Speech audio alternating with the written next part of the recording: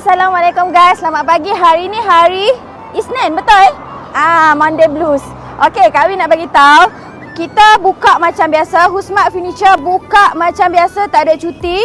Waktu operasi kita pukul 10 pagi sampai pukul 6.30 petang tau. Okey. Untuk combo all in one deal kita masih on seperti biasa. So you guys jangan lupa untuk grab combo katil dan tilam dengan harga serendah RM499. You all boleh pergi dekat semua cawangan Husmat Furniture. Cawangan berdekatan dengan hampa. Kita ada Pokok Sena, Jitra, Kangat dengan HQ Kuala Perlis yang saya tengah buat live.